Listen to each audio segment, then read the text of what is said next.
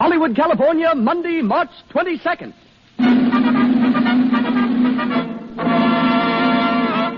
The Lux Radio Theater presents Frederick March and Florence Eldridge in Death Takes a Holiday with Kay Johnson, Arthur Byron, and Gene Lockhart.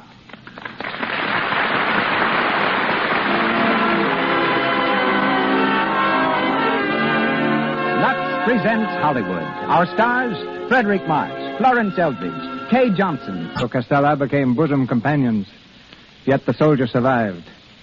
Inspired by his grim associate of the trenches, he wrote the tender fantasy from which tonight's play, Death Takes a Holiday, was adapted. Castella's regard of death as an almost physical being, not cruel, but wise beyond understanding, may be interpreted in the lines he once wrote to a friend. Speaking of death, he said, occasionally we felt His Highness was on a vacation. Many a time he willfully overlooked a comrade, later coming back to escort someone else out of a tired, bleeding world. Death often seemed human to me. Originally produced in Italy, the adaptation of Death Takes a Holiday met with great success on stage and screen. The leading role tonight, as in the film version, is played by one of the most discerning and believable performers it has been my pleasure to direct, Frederick March, who starred for me in Sign of the Cross. Freddie's presence here tonight can be traced to an attack of appendicitis, which sent him to the hospital from his desk in a New York bank. While recuperating, he decided to leave finance and turn actor. Playing in Denver, he met and married Miss Florence Eldridge, who is again this evening his leading lady. Hollywood has also brought new honors to Miss Eldridge. Featured in many films, we remember her best for her splendid performance as Queen Elizabeth in Mary of Scotland, and hear her tonight in the part of Grazia. Our Madam Alder is Kay Johnson, whom I saw on the stage in The Silver Cord and brought to Hollywood to play the leads in Dynamite and Madam Satan. Before I could engage her for a third film, director John Cromwell made an engagement I could not interfere with. He married her. Arthur Byron, recently on the stage with Katharine Hepburn, with Catherine Cornell in St. Joan, and with John Gielgud in Hamlet, is heard tonight as Duke Lambert, Gene Lockhart as the Baron, and Howard Phillips as Corrado. Behind the wings of the stage, our stars have left their dressing rooms. The call boy is shouting curtain time, and the Lux Radio Theater presents Frederick March and Florence Eldridge in the romantic fantasy Death Takes a Holiday, featuring Kay Johnson and Arthur Byron.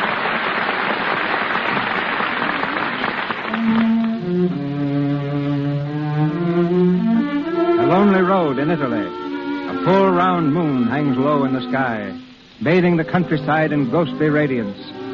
An automobile purrs softly through the night, making its way toward the old castle of Duke Lambert. At the wheel is the Duke's son, Corrado, and beside him, Grazia San Luca, a lovely young girl who seems lost in a dream as she surrenders to the beauty of the night.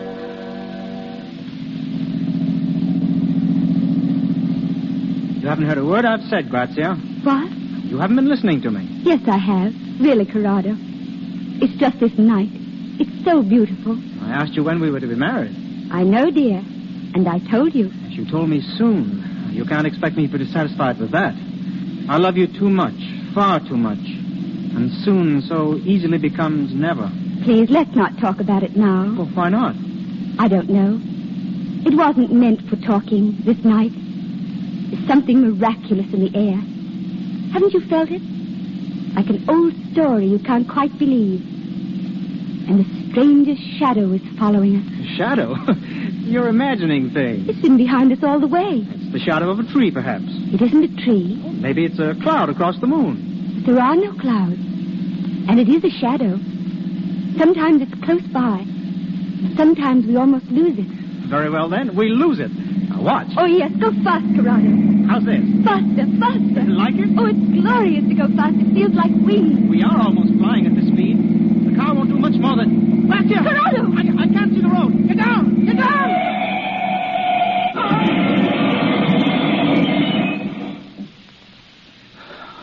Grazia.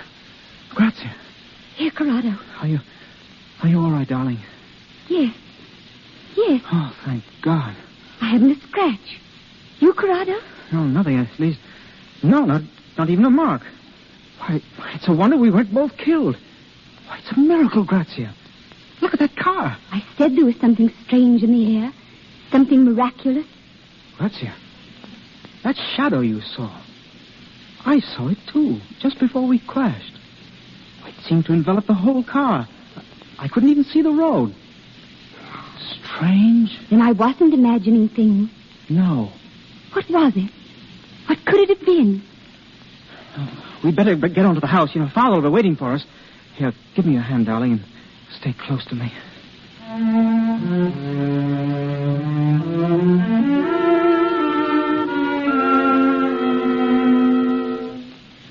And that was it, Father. We seemed to turn over and over endlessly. I'm sorry about the car, sir. Never mind the car. I'm thankful that you both weren't killed. You're sure you're both all right? No, we haven't a scratch between us, Mother. Perhaps you'd better go and lie down, Grazia. Thank you, but it's not necessary. It's a lucky night for all of us, it seems. We had a rather narrow escape ourselves this evening. Who, Father? The Baron Cesaria, Madame Alda, and myself. We were driving home from the village, and we ran into a street vendor's cart.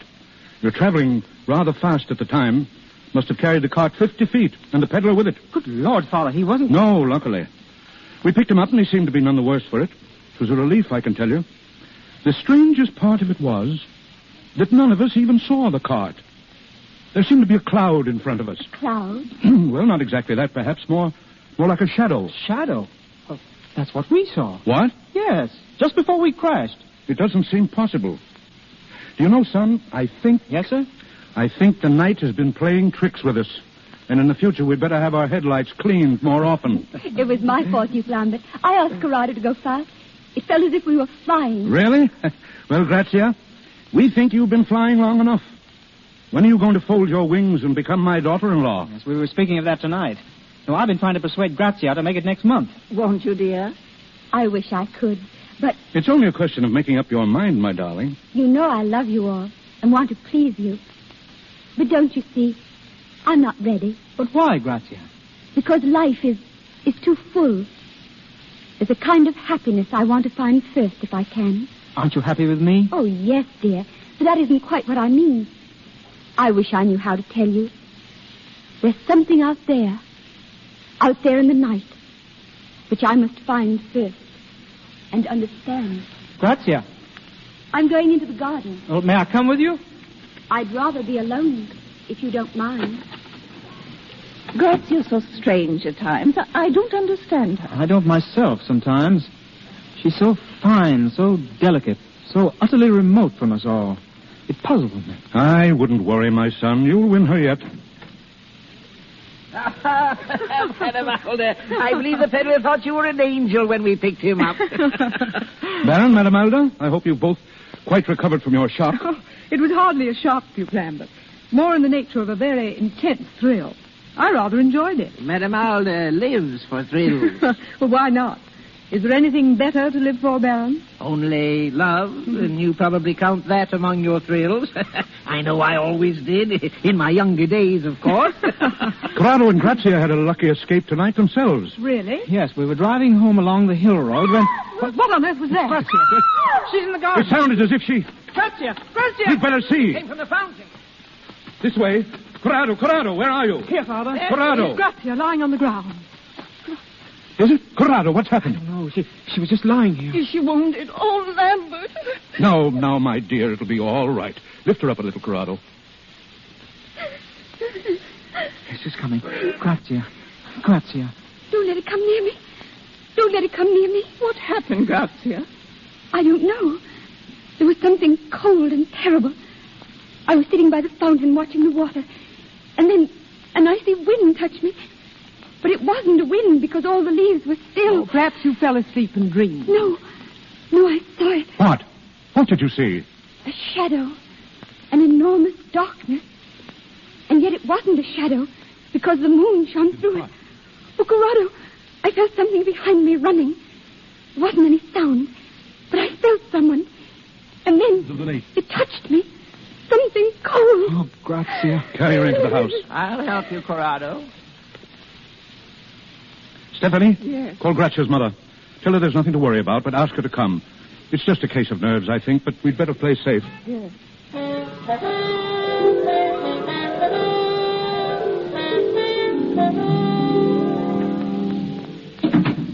Fidele, have you searched the grounds? Thoroughly, Your Excellency. But we found nothing. Not even a footprint, sir. Oh, there must have been something. I'll have a look myself. Duke Lambert. My revolver is in the desk drawer, Fidele. Give it to me, please. Yes, Your Excellency. Here, sir. Don't tell my wife I've gone out. Don't tell anyone. Very good, sir.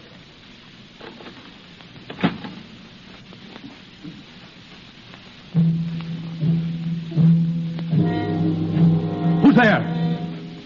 Who's there in that shadow? Answer, or I'll shoot.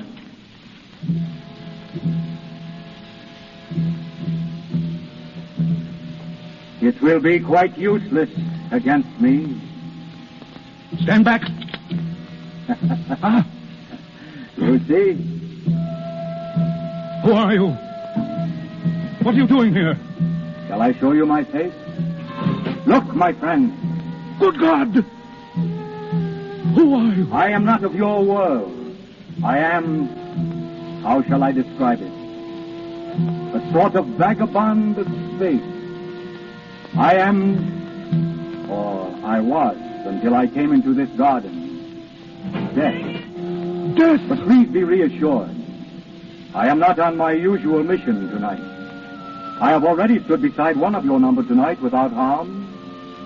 That lovely young girl in the garden. Then it was you? Yes. And on the road, I was there too, and no one was harmed.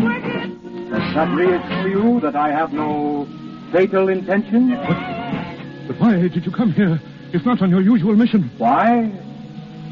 That may be rather difficult to explain. However, I am about to take a holiday. I shall take only 3 days, and after that I must go back. But why? Why do you do this? For a number of reasons. For one thing, to discover why men fear me as they do. Don't you know? How should I know? What could terror mean to me who have nothing to fear? Can you conceive how weary I am of always being misunderstood? Can you conceive how lonely I am when there is nothing that does not shun me? What is it you are seeking? There must be something here on earth to be known and felt. Something desirable that makes men fear me and cling to their life. I must know what it is. Will you accept me for these 3 days? As a guest? As a guest? Don't be alarmed. As a mortal, of course. I assure you, I shall be quite a man of the world. Will it be a great trouble for you to put me up? Well? Oh, no, not at all.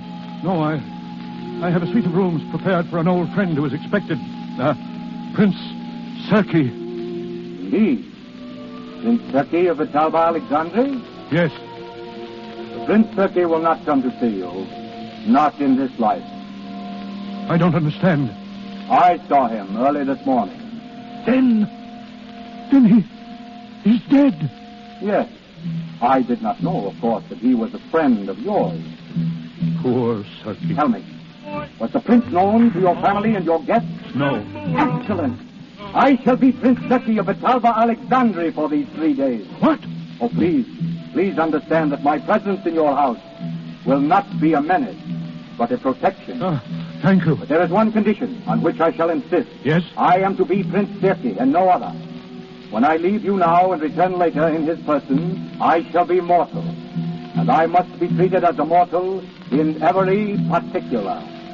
No one under this roof must show repulsion or fear on pain of my instant displeasure. I don't understand. No. Let me put it this way. If my secret is divulged, I shall leave instantly as Serki and return in my proper person. Do I make myself clear this time? I understand. Your Highness.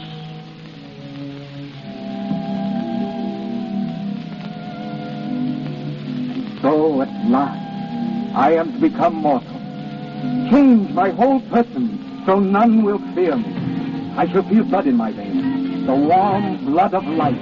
I shall know what you know and feel what you feel. My hunger shall be appeased for an hour. My hunger that is as old as time. Those that I love need not be afraid. Not afraid. I am beside myself. My holiday is just caprice, a mad joke I play with life. But what a monstrous, what a sublime joke. And you, my friends, will be distinguished among hosts. For none has entertained death before and lived. You may expect me soon.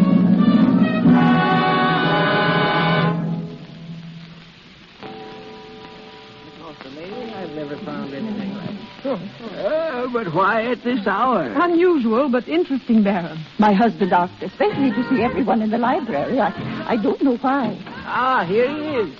Well, Lambert? I'm sorry to arouse you at this hour, my friends. It's important, believe me. Lambert, Grazia's mother is here. Ah, Maria.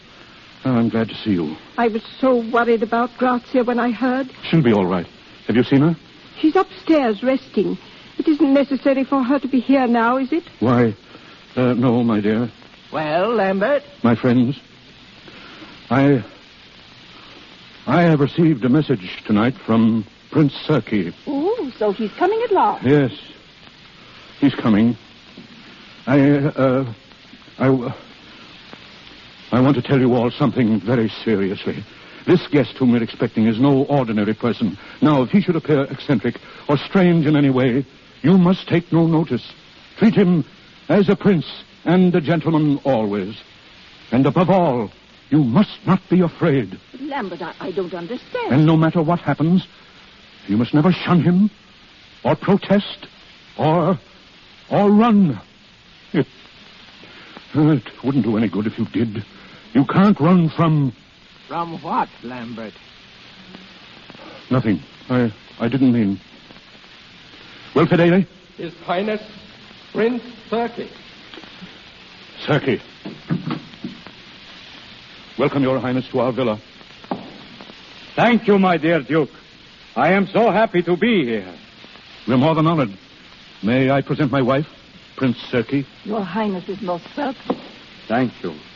I have rarely been so charmingly received. And now, may I present my guests? It will be a pleasure. Madame Alda. How do you do, Prince Serki? May I say I had not realized that the women of your country were so beautiful. Your Highness is most kind.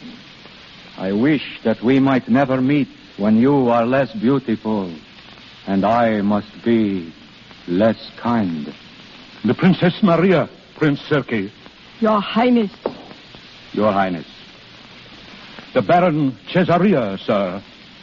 A statesman who was once important in the affairs of the world, who now looks back on a long and interesting life. I am delighted to meet the Baron at last. And I to meet you, Your Highness. Considering your distinction and your age, it is surprising that fate has not introduced us before. Your Highness, my son Corrado. Yes. The son who drives his car so furiously. I beg your pardon, sir? My friend, please, permit me to call you my friend. Your Highness. Please make no change in your plans because of my sudden appearance. I should like to join in your pleasures, if I may, and enjoy the hours with you. I beg you not to make a stranger of me. Your rooms are ready, Your Highness. My room? Yes, at your pleasure. Then, if you will forgive me, I think I will go now. I have not slept for ages, and I feel curiously tired. Mother. Grazia. I couldn't sleep, Duke Lambert. I was too restless. This is a guest I have not had the pleasure of meeting. Oh. Grazia, this is Prince Serki, the Princess Maria's daughter, Your Highness. How do you do, Your Highness? How do you do? We have not met before, Your Highness. Perhaps. For a few fleeting moments. Yes, that is how it seems. A few fleeting moments. I am happy to welcome you now, sir. Please, give me your hand, Grazia. So young and firm and full of life. And it lies so trustingly in mine. Is there any reason why it should not? Thank you, Grazia. You have done me a great kindness tonight. My friends, my holiday begins most agreeably.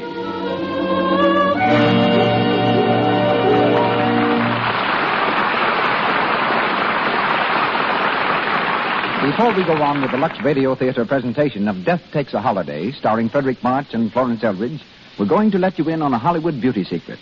We're going over on La Brea Avenue to a little stucco house where happy Mrs. Thomas F. has been chatting with her friend Ethel over tea. Ethel has suddenly looked at her watch. Marion, I had no idea it was so late. It's 6:15. Gosh, I haven't left you any time at all to rest. Oh, don't be silly. I loved having you. I have plenty of time to get dressed before Tom gets home. My bath only takes 2 shakes, and it always rests me. I'll feel like a million. And Tom will think you look it, too. We always talk about the way you keep Tom so adoring. Well, so long, Marion. So long, dear. Call me if you're home tonight. Marion keeps Tom in love with her because she knows this secret. One thing a man adores in any woman is skin that's sweet. That's why Marion is devoted to Hollywood's beauty bath. Lux Toilet Soap's active lather removes perspiration, every last trace of dust and dirt from the pores. Its delicate, expensive fragrance lingers. After her Lux Toilet Soap beauty bath, Tom's sure to greet his wife like this. Hello, darling. How's my girl? Gee, you look so swell. I think I ought to take you out. How about it? We could go anywhere, and I wouldn't find another girl that's half as sweet.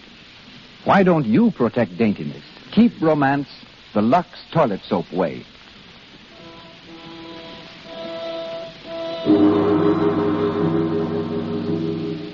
We continue with Death Takes a Holiday, starring Frederick March and Florence Eldridge. 3 days have gone by, and the Phantom Death is still a guest at the home of the Duke, still enjoying his brief visit to Earth in the person of Prince Sergei. Meanwhile, the world is an astounded witness to a series of miracles. In London, SS Cedric explodes at sea, sinks within an hour. No lives lost. In Paris, man jumps from Eiffel Tower in attempted suicide, walks away uninjured. In Japan, Island of Kobushima totally demolished by heaviest earthquake in history. All residents are safe. And so for 3 days, no life is endangered, no living thing destroyed, while death amuses himself, now at conversation, now at yachting, now at the gaming table of a fashionable resort, where his luck amazes other players. It's unbelievable. He doubled 7 times on the 6th. If he's right once more, you'll own the casino. You mustn't double again, Your Highness. No, Baron, should I not? You lose all you've won. Mademoiselle, shall I or shall I not? Yes, play it. I think the world is all yours to do with as you choose. Your Highness? Yes, croupier? I'm very sorry, but it's against the rules of the house to double again. Oh, but look here, you make it necessary for me to take a great deal of this metal away with me. I'm sorry, Your Highness. Very well, but I have no use for it. Here. You divide it, please, among those who need it. Baron, shall we go out on the balcony? Delighted. A magnificent gesture, Your Highness. Magnificent. You make life exciting again. I felt 20 years younger ever since you arrived. You know, Baron, out here is the night, crowded with beauty. And all of you herd inside in smoky rooms, feverish over little games. Why? Why? One comes here to gamble, and one gambles to win. It seems to me that men have not begun to discover the magnificence of this life. Will you tell me what in the world you're looking for, Prince Sergei? I came here looking for a game to play. A game worth playing. I have been among you almost 3 days, and what you do with yourselves still seems to me so very futile and empty. There are only 3 games: money, love, and war. Have you tried war? Plenty of it. I could never make out what it was they were fighting about.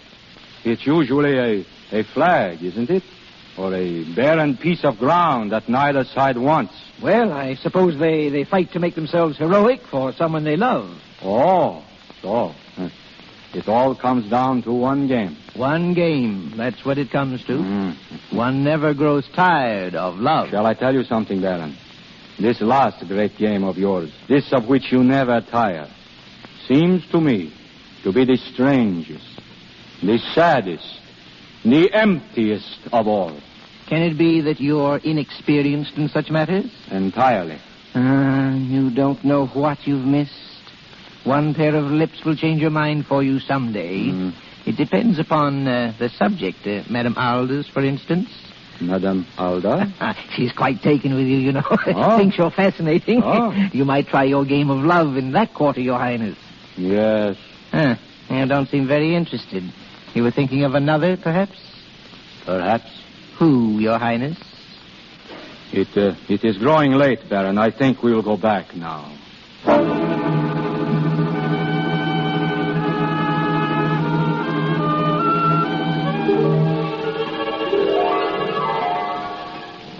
Lambert, I must know what all this mystery is about. Mystery, Maria? I felt it too, Father. I don't know what it is, but you seem afraid of something. My dear boy, please. Lambert, who is this guest of yours? He is Prince Serki. I feel that you are concealing something. Maria. And Grazia has been very strange these past 3 days. Restless, almost exalted. I think she is attracted to this man. I've seen it, too. And Madame Alda. No, they couldn't be. Why? I mean, nothing could come of it. He wouldn't encourage them. And, Maria, it's his last evening. He goes at midnight. Why at midnight? That's his natural... that is... Oh, it's a whim of his. Just a whim, nothing more. Your Excellency. Yes, Fedele? You asked to be informed as soon as Prince Serki returned from the casino. Oh, yes. He is in the library, Your Excellency. Very well. You'll excuse me, Maria? Of course. Thank you.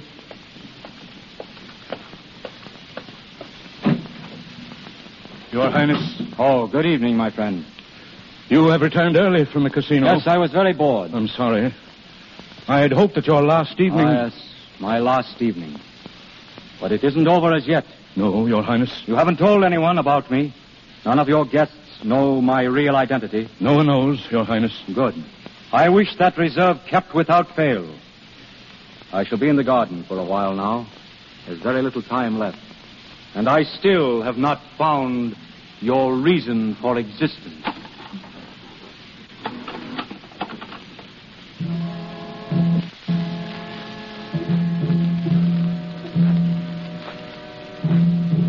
Good evening, Your Highness.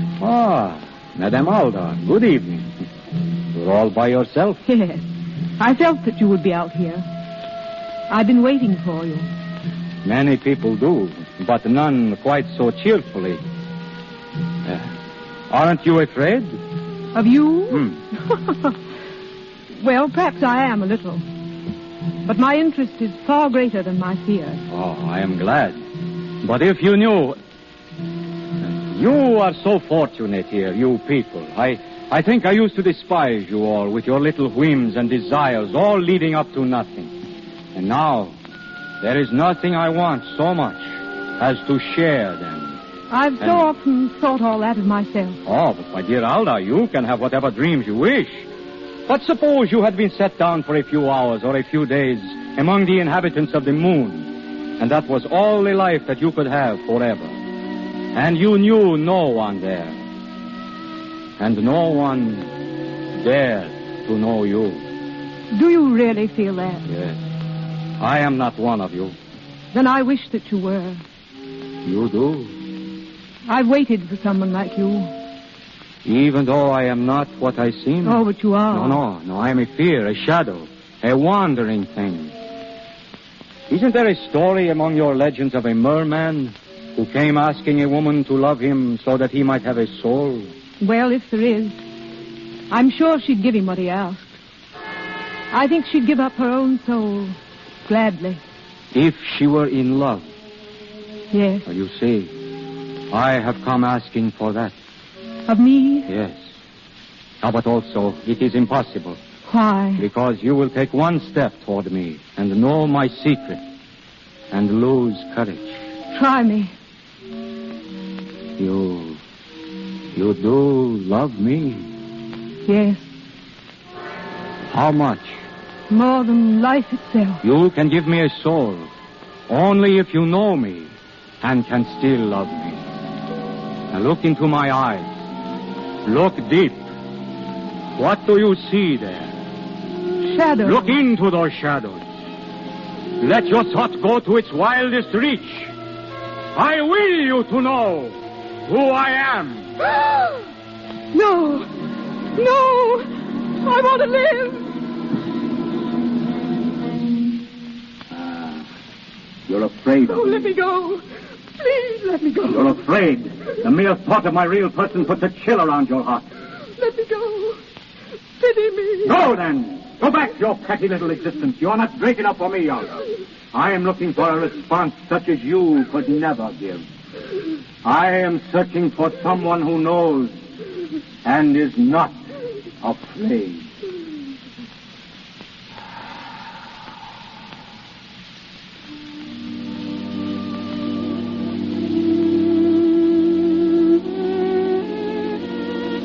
It's such a lovely night, Your Highness. You? A very serene and lovely princess. You do me too much honor, Your Highness. I'm not really a princess, you know. Let me call you so. I like to be called Grazia by my friends. How charming of you. Grazia, then. You make it sound like music. It is like music. It has overtones that go singing on and on. But they are not sad, no, they are full of grace and light. Oh, when you speak like that, I hear music, too. Great sweeping chords. I could say so much more. Your Highness is being very kind tonight. I wonder if I am being kind. Perhaps I should have said gracious. No, not gracious either. I have discovered that even the mightiest must sue for certain favors. I should think Your Highness would never need to sue. On the contrary, I am feeling strangely humble for the first time in my life. And I am feeling strangely thrilled and proud. Grazia. Yes, Duke Lambert? Your mother is asking for you, my dear. Thank you, Your Highness. Until later, Grazia? Until later, Your Highness.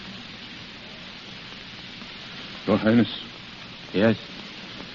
You'll forgive me, but I'm worried, Your Highness.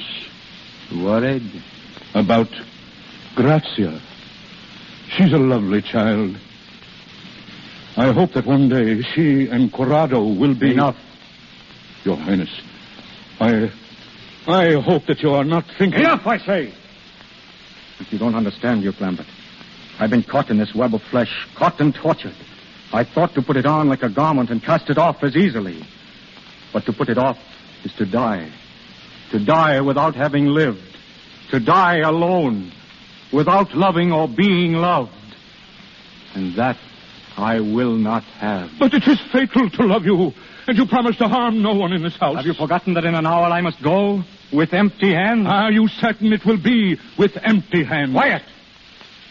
I am an expert at conclusions, my friend.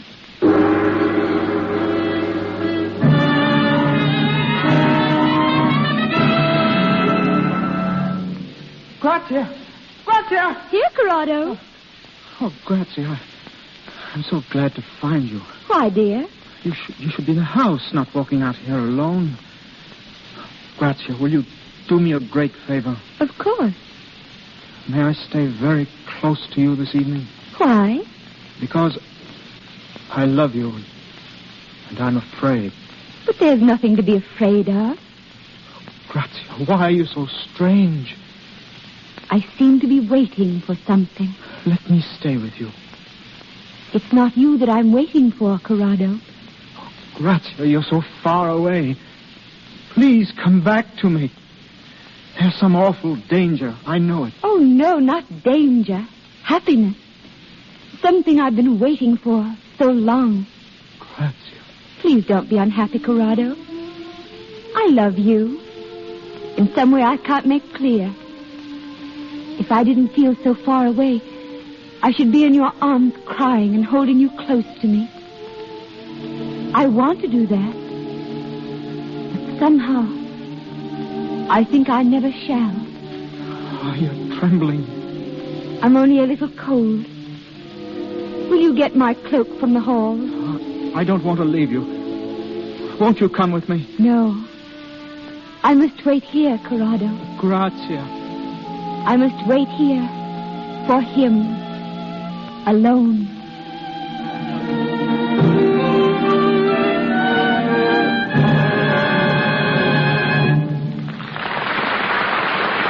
We pause for station identification. This is the Columbia Broadcasting System.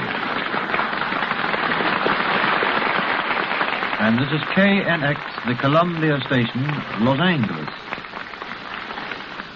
We call an intermission in our presentation of Death Takes a Holiday, starring Frederick March and Florence Eldridge, to introduce the dramatist who brought this play to American audiences.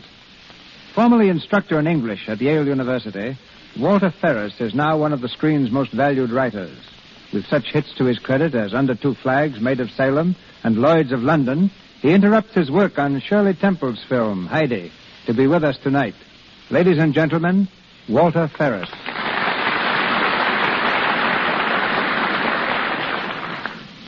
Thank you, Mr. DeMille. There are no doubt people in our audience who think me morbid for having dealt with this subject, but my intention was anything but morbid. Mr. Casella's brilliant and compelling conception of death on a holiday suggested all sorts of fascinating ideas to me. One was this.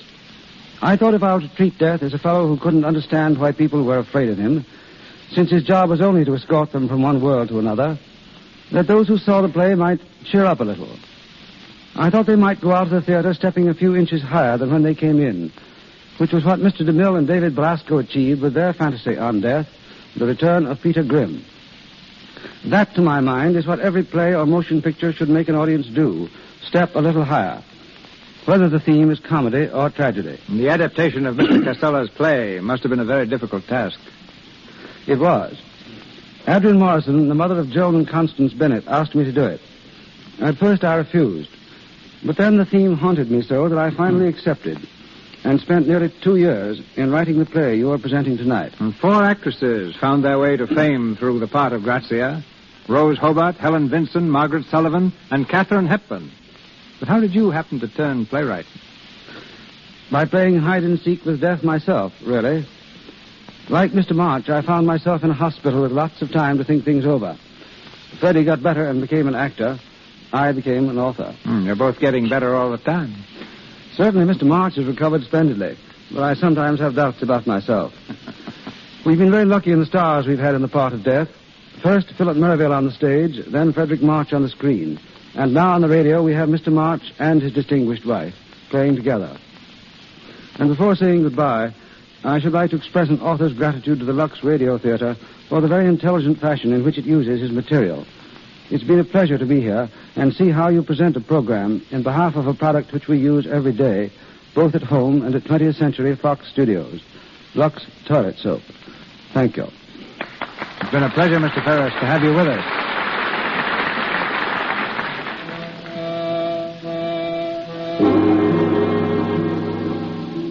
Death Takes a Holiday, starring Frederick March and Florence Eldridge. The time grows short.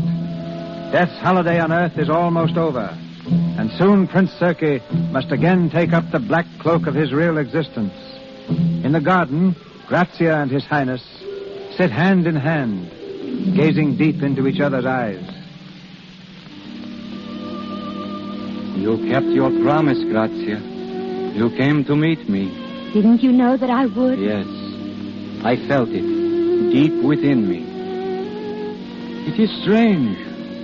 We seem to understand each other so. We hardly need to speak, do we? Thoughts are so much clearer than words. Ah. Then perhaps you can tell me what I've been doing here. I think I can, almost. Tell me. I think you've been holding life in your hands, as I do sometimes. I think you've been a little afraid of its beauty, You do know. You wonderful, exquisite child. Something new has been born in me. And at last, I know the meaning of this life men lead here. I know for the first time, men bear a dream within them. A dream that lifts them above their petty lives. And that dream is love. You have brought this to me, Grazia. You have shown me a new world. A world which you made for me and which we share together. And yet, I am alone, too. Still alone. I think we'll never be alone again. We must, Grazia. And I shall miss you so. I shall hear your laughter in every wind that passes. I shall hear your footsteps wherever you are. When our two worlds hold us apart. Why should we ever be apart? What is this that will happen? Who are you? Prince Serkir. I don't mean that. You seem to come from a distant place. You're like the mystery that's just beyond sight and sound. Always just beyond my reach. Something that draws and frightens me. Oh, Grazia, please, do not be afraid of me. I am Serki who loves you more than any man could love you. I am Serki who needs your warmth and your beauty more than any man could need them. Listen to me, Grazia. I am a great power, and I am humble before you. And tonight, I must go back to my distant kingdom. Will you take me with you? Take you? I should be unhappy alone. Take you? Oh, no, not. Do not tempt me. Oh, but Grazia, please. Give me 1 hour with you. Let me hold you close to me. For you are the meaning of beauty that I must know. Let me hold you in my arms, Grazia, and know that I have lived. Oh, my love. My love. What is that? Only the chimes of the hall clock. It's striking the 3/4 hour. 3/4 hour? Oh, then soon it will be midnight. Midnight. I tell you, Father, she's slipping away from me, away from all of us. Corrado, please. Maria. She's out there in the garden with him now. He has some strange power over her. We must save her from him. We can do nothing. Stand there and say that. We must do something. We can go out there together and take him by the throat. If we could, should I be standing here? Grazia is in no danger. There is nothing to be alarmed about. But you're alarmed, Lambert. Yes, Father, you're terrified. I must know why. Lambert, let me go to her. No, wait. Then I'll go. No, I forbid you to move. Then tell me why I can't go. Give me your reason. If I haven't, I'll kill that man. You can't kill him, but he can kill us. If he but points out his hand, all of us... Who is this prince? You don't know what you're asking. I don't care. I only know that Grazia is in danger. Very well. I'll tell you. He said if I reveal his secret, he will leave instantly as Serki and return as... Steel yourselves if you are to hear it. He is not Prince Serki. He is the one who waits. The one whom all men dread. His Majesty. Death. Amusing himself on a holiday. Father. Death.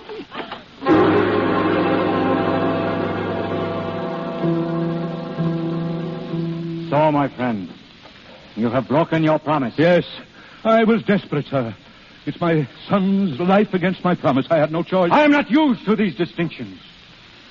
I thought we should part as friends with kindly remembrances.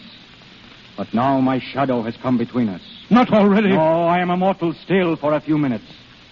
No longer as Prince Serki, but as myself with my own feelings. In a few moments I shall be what I was. And for me, too, there will be an end. But you are above pain and loss. Am I? I thought tonight I had reached the end of my experiment. I had found love. But it was not the end. Beyond that, I have found the pain of losing love. If I must lose it. But it must be lost to you. Why? Because you are... Death! My dear Duke, thank you for defining the problem. Your Highness, won't you give her back to me? It's your pain against mine. Why should I deny myself because of your childish fear? You know nothing of the meaning of death. I tell you there is no death, only a life beyond. A richer, simpler life than yours, and infinitely more kind.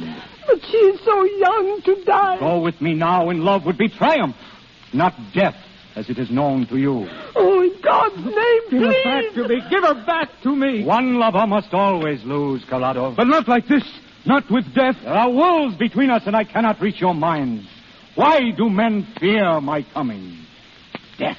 Death is but a word that you've been taught to fear, a symbol of the unknown, and because of that word, you keep her from me. I would only lead her through the gateway to the life that lies beyond. Your Highness, we are not answered. Are we to keep Grazia? Is she yours even now?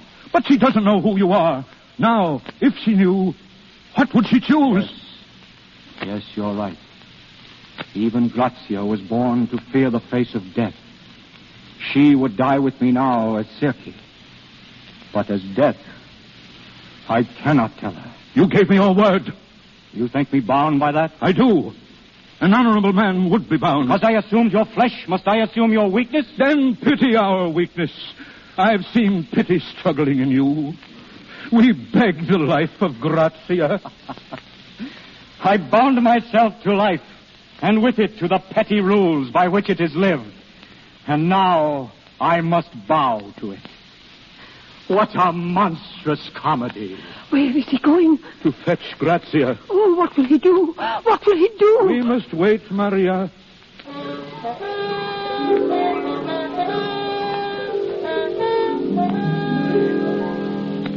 He's been so long. What is the time? 4 minutes to the hour. 4 minutes. Shh, Maria. Your Highness. She is coming in. You'll give her back to us? No. It is for her to choose. Your Highness. Come here, Grazia. Oh, Grazia, darling, I've been so frightened. Grazia, don't run away like that again. Not in the night. But I was quite safe with Prince Circe, Mother. I love to be with him. I must stay with him always. Grazia. He's kind, Mother, and more tender than anyone I've ever known. Even more tender than you. Don't, Grazia, you don't know what you're saying. Why are you all so strange? Why are you suffering so? I've found my love. There ought to be lights and music. Save her. Oh, please save her. Tell her what you will. What is there to tell? Do you think there's anything I don't understand? I love His Highness, and I must go with him. Your Highness, you must tell her. Say what you like. It will make no difference. It's nearly 12, Your Highness. Yes, I know, Grazia. Grazia, I came to this house in jest and made love to you as a jest. You're trying to destroy my love because they wish it. It was not a jest. Grazia, listen. You must stay here with those who love you. I am going far away to a distant country. If you went with me now, you could never see them again. Why must you say these things to me? They can make no difference. You don't understand. My holiday is over. I am going at once. I'm ready. No, you can't come with me. Yes, I can. Shall we go now? But you don't know who I am. You are my love. My love. You heard her? All of you? Do you wish me to speak and destroy this happiness? You must. Oh, Grazia. Grazia, my little love. Please. It was not a jest, but I must go, dear. Alone. Oh, no. Goodbye, my friends. Remember that there is only a moment of shadow between your life and mine. And when I call, come bravely through that shadow, and you will find me only your familiar friend.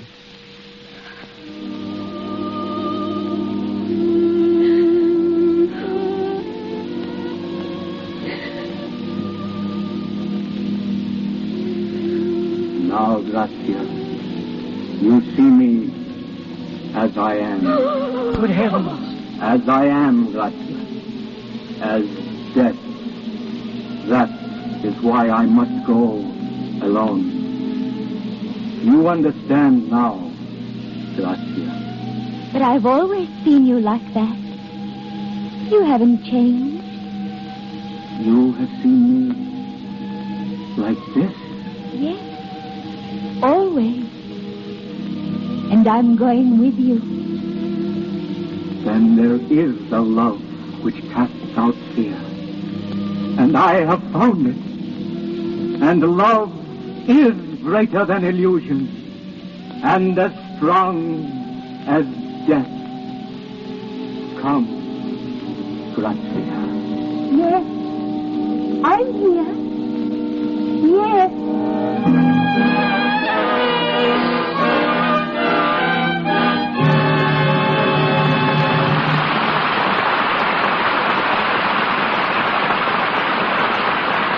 Yes, holiday is over, and with it our play. But Frederick March and Florence Eldridge rejoin us at the microphone later. Along with the Gish and Talmadge sisters, Mary Pickford and Marguerite Clark, Blanche Sweet will always be remembered among Hollywood's favorite stars of the silent screen. Discovered by D.W. Griffith, Blanche was in no small measure responsible for the box office competition he constantly gave me. I thought the best way to remove the competition was to acquire the star, which I did. 1,000,000 miles of film have run through Hollywood's cameras since then. But as I welcome her tonight, I see the same charming Blanche with the lovely blue eyes, who brought to silent pictures the eloquence of a great performer. Ladies and gentlemen, Miss Blanche Sweet.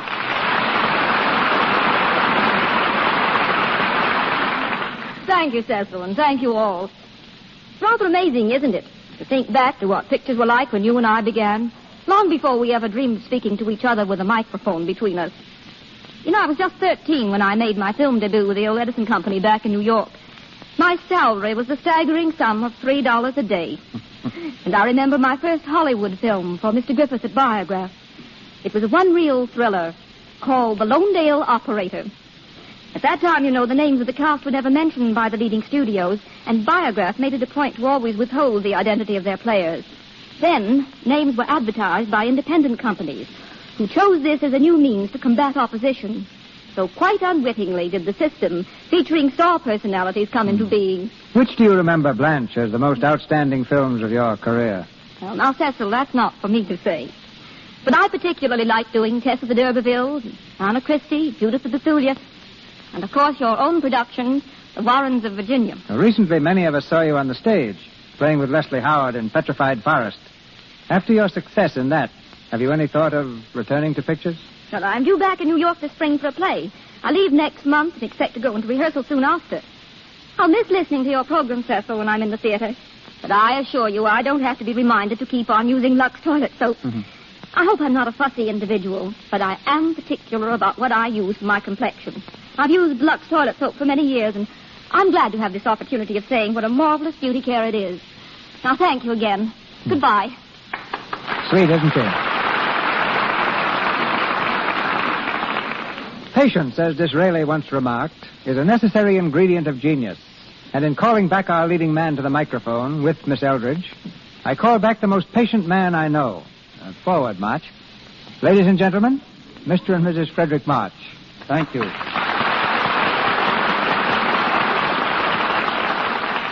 Thank you, C.V. I don't know quite what you mean by patience, though, unless you refer to the fact that it's been nearly 5 years since we last worked together in The Sign of the Cross. But to have been in another DeMille production tonight has been worth all the patience in the world. Thanks, Freddie, but I referred particularly was the patience you exhibited in The Sign of the Cross. You mean the time you fed my husband to the lions, Mr. DeMille? I think I deserve the medal for patience, not Freddie. This scene, Florence, was just before he was served to the lions. A jailer was supposed to enter with a simple speech, "Forgive me, but we must proceed. The Emperor is waiting, Excellence." Oh, I remember that, yes. And the jailer was so terribly scared that he just couldn't say the word Excellence. Every time he'd ruin the scene by saying Your Majesty or Your Highness or Your Lordship. And what happened? As I remember, after wasting hours, we went to lunch, and while Mr. DeMille dug up another jailer. And this new actor looked the part, and he caught his cue perfectly. He glared at us fiercely, and he declared, "Forgive me, but we must proceed. The Emperor is waiting, Excellency." When I heard that lisp, they had to keep me from throwing that jailer instead of Freddie to the lions. Weren't Weren't you just a little bit frightened, Freddie, playing the lion scene? Not a bit, my darling. You see, I had just found out that those lions didn't like ham. Freddie tells me, Florence, that you and he are going back on the stage. Yes. We wanted to wait until our children were a bit older. But now Penny's 4.5 and Tony's a little past 3. Time marches on with the marches. Incidentally, C.B., Penny's a great booster of yours. She told us to be sure to give her love to the man who sells that nice soap. Well, after all, Lux Toilet Soap has been a standby of the March household for a good many years, Mr. DeMille. Not because just about everybody in Hollywood also seems to prefer it, but because it happens to be just about the finest complexion care we know of. Yes, and now, darling, don't you think it's about time we went home and put the kids to bed? Oh, yes, I do. Goodbye, Mr. DeMille. And to all of you out there, our sincere thanks. Goodbye, all. March goes out like a lion. Mr. March, Miss Eldridge, our thanks. Ladies and gentlemen, this is your announcer, Melville Rowe. There's great news coming from Mr. DeMille in a moment. Mr. March will be next seen in the David O. Selznick Technicolor production, A Star is Born. Mr. DeMille appeared through courtesy of Paramount Studios and Louis Silver's 20th Century Fox, where he was in charge of music for the new film, Seventh Heaven. And now, our producer.